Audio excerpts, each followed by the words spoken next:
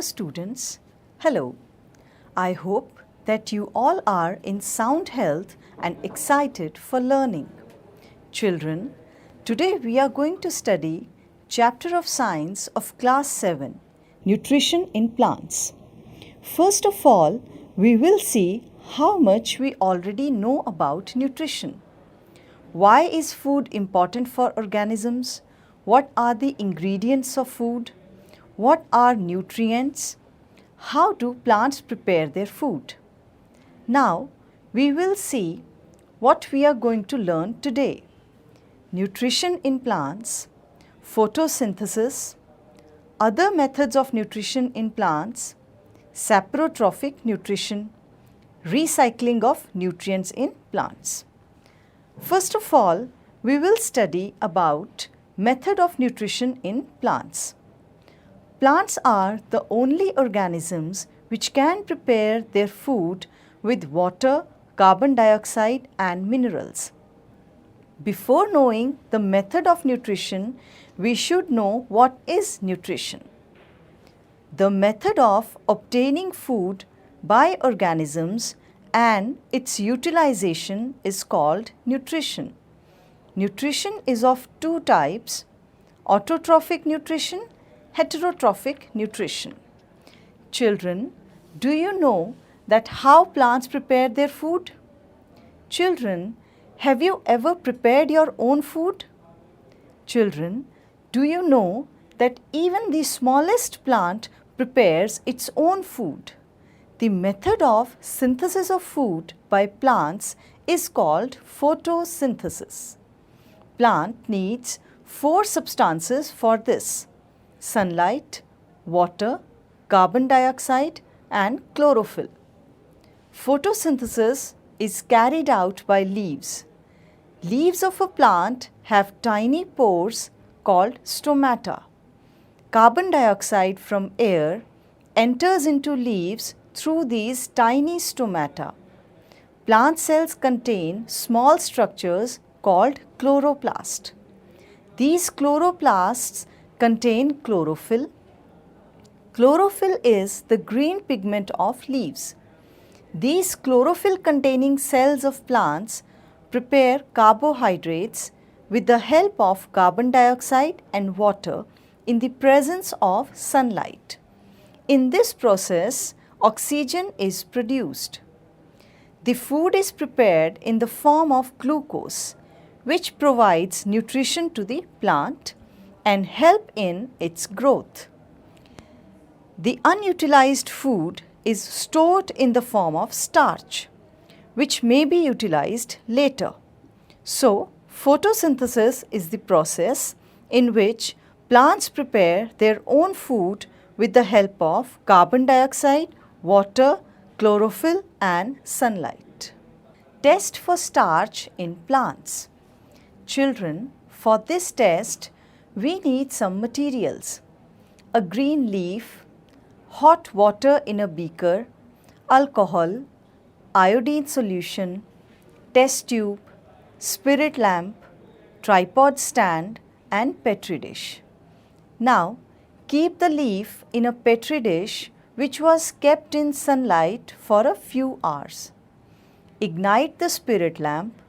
Place the leaf in the beaker of hot water and place the beaker on the tripod stand.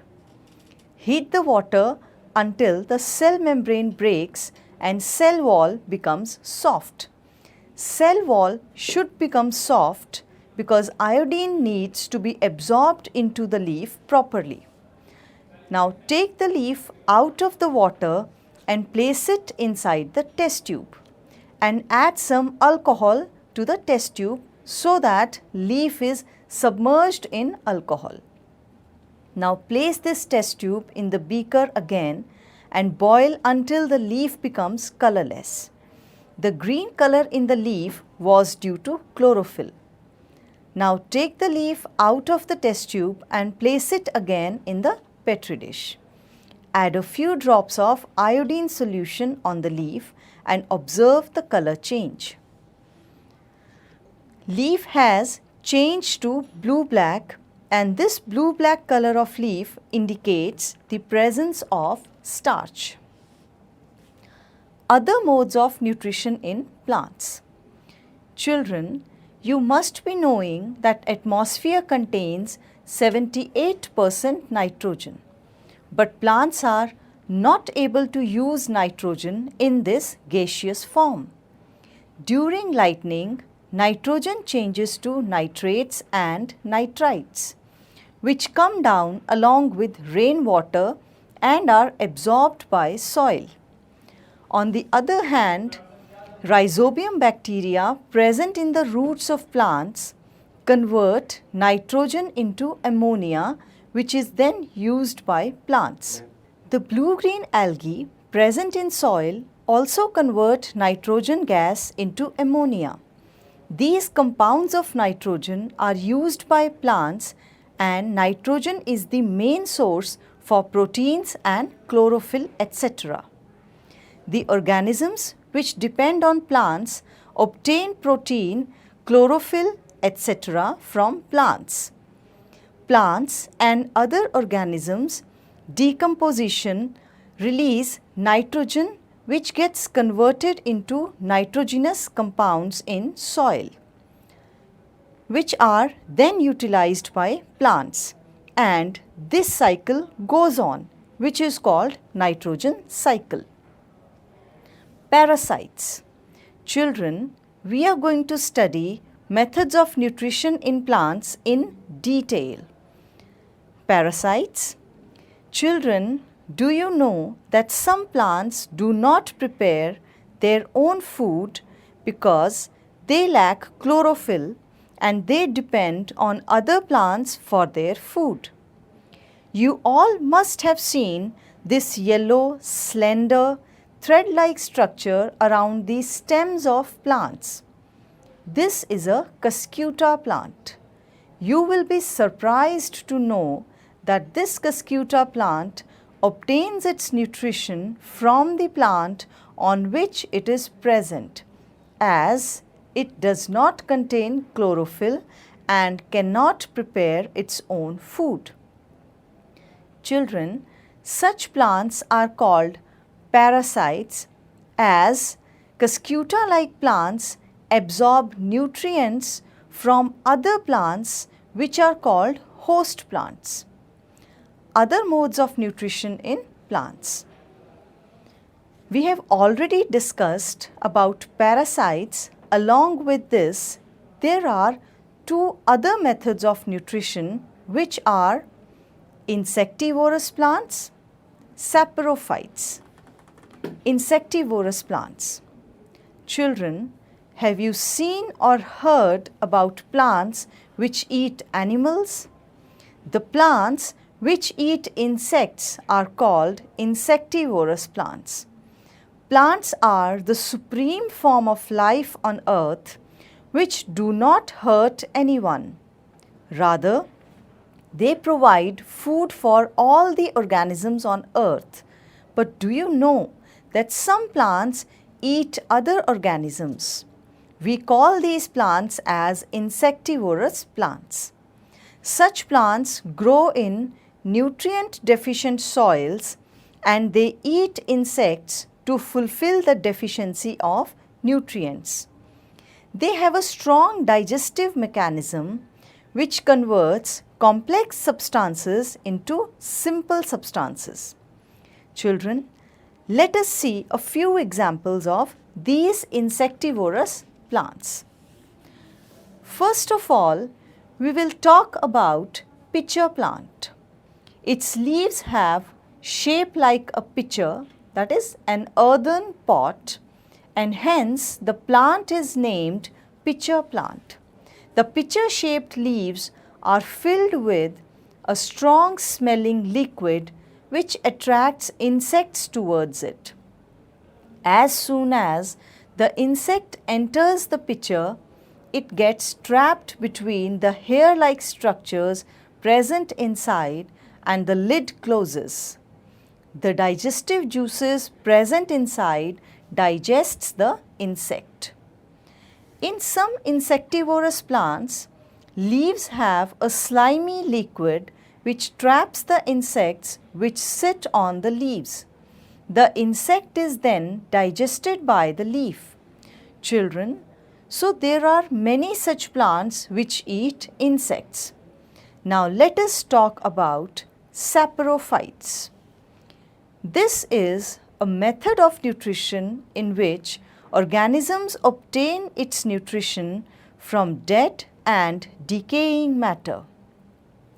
This method of nutrition is called saprotrophic or saprophytic nutrition. The organisms using saprotrophic or saprophytic mode of nutrition are called saprotrophs or saprophytes. Come on children, now let us learn that what is a symbiotic relationship. Some organisms live with each other and depend on each other for their food and shelter. This is called symbiotic relationship. Now let us see that how nutrients are recycled in the soil. Plants continuously absorb nutrients from soil. As a result, soil becomes deficient in nutrients. To overcome this deficiency, manure and fertilizers are added into the soil. Children, now let us see again what have we learnt today. Most of the plants are autotrophs. Sunlight and chlorophyll are essential for the process of photosynthesis. Parasites and saprophytes adopt other methods of nutrition. In soil, recycling of nutrients take place. In the end, I will ask a few questions and I hope that you all must be knowing the answers. So watch and listen carefully these questions. The process in which plants prepare their own food is called? Yes, the right answer is photosynthesis. Iodine is used to test the presence of dash in leaves. Absolutely right. The answer is starch. Lichen is a symbiotic relationship between dash and dash. Yes, algae and fungi. Lichen is a symbiotic relationship between algae and fungi. After the harvesting, soil becomes deficient in dash. Very good, it's nutrients. Now, let us answer a few more questions like, why do organisms need food? All organisms need food to live. It provides energy for performing different functions. All activities like roaming, playing, studying, walking, running, etc. need energy. Components present in our food like carbohydrate, proteins, fats, vitamins and minerals provide energy to our body. They are important for the development of our body. What are the differences between parasites and saprophytes? Parasite, the organism that lives on other organism and obtains its nutrition from that organism is called a parasite, such as Cuscuta. Saprophyte, the organism which obtain its nutrients from dead and decaying matter are called saprophytes. Example, fungi and some bacteria. How will you test the presence of starch in leaves? Take two identical healthy potted plants. Take one of the plants and keep in dark for a few hours so that all the starch of the plant is used up and place the other plant in sunlight. Take one leaf from each plant and add iodine solution to the leaves. The leaf of the plant kept in dark does not show any blue color, which indicates the absence of starch. On the other hand, the leaf of the plant kept in sunlight shows blue-black color, which indicates the presence of starch. Explain briefly the process of photosynthesis in plants. Photosynthesis is defined as the process in which chlorophyll containing plant cells use solar energy to convert carbon dioxide and water into carbohydrates in the presence of sunlight. Important sources for photosynthesis. Water is absorbed by the roots of the plant and taken to the leaves. Carbon dioxide from air enters into the leaves through tiny pores called stomata and spreads into the chlorophyll containing cells. Solar energy is used to obtain hydrogen and oxygen from water, and this hydrogen combines with carbon dioxide to form food for plants, which is then used by other animals also. Now we will discuss one word that describes the following statements. Which is the parasitic plant with yellow slender stem? Absolutely correct. It is Cuscuta. Cuscuta is the parasitic plant with yellow slender stem. A plant which has both autotrophic and heterotrophic mode of nutrition. What do we call such a plant? Such a plant is called the pitcher plant. The tiny pores through which leaves exchange gases. What do we call them? We call them stomatal pores or stomata. Now you tell me which of the following is correct. Cuscuta is an example of autotroph, parasite, saprophyte, heterotroph. Absolutely correct. Cuscuta is an example of a parasite. Name of a plant which traps insects for nutrition.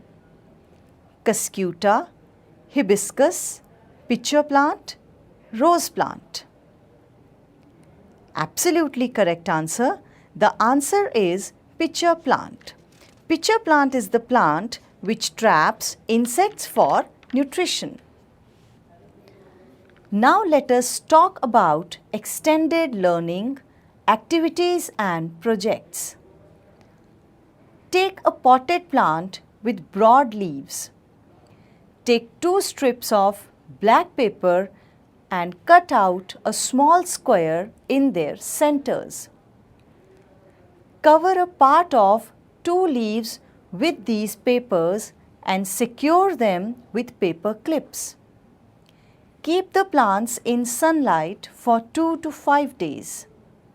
Observe the difference in the color of the covered and the uncovered portions of one leaf. Perform iodine test on this leaf. Did the 2 parts show any difference in results? Now take the second leaf. Remove the strip and expose the covered part to the sunlight for 2 to 3 days and do the iodine test again. Describe your observations. Visit a greenhouse if there is one near your place. Observe how they raise plants. Find out how they regulate the amount of light, water and carbon dioxide to grow plants. Try growing a sweet potato only in water. Describe your experiment and observations. That's all for today. Before going, a small piece of information. Sunlight is so much necessary for plants that leaves grow in different directions so that they obtain maximum sunlight. With this, we complete our chapter Nutrition in Plants. Children, stay healthy, keep learning and keep smiling. Thank you.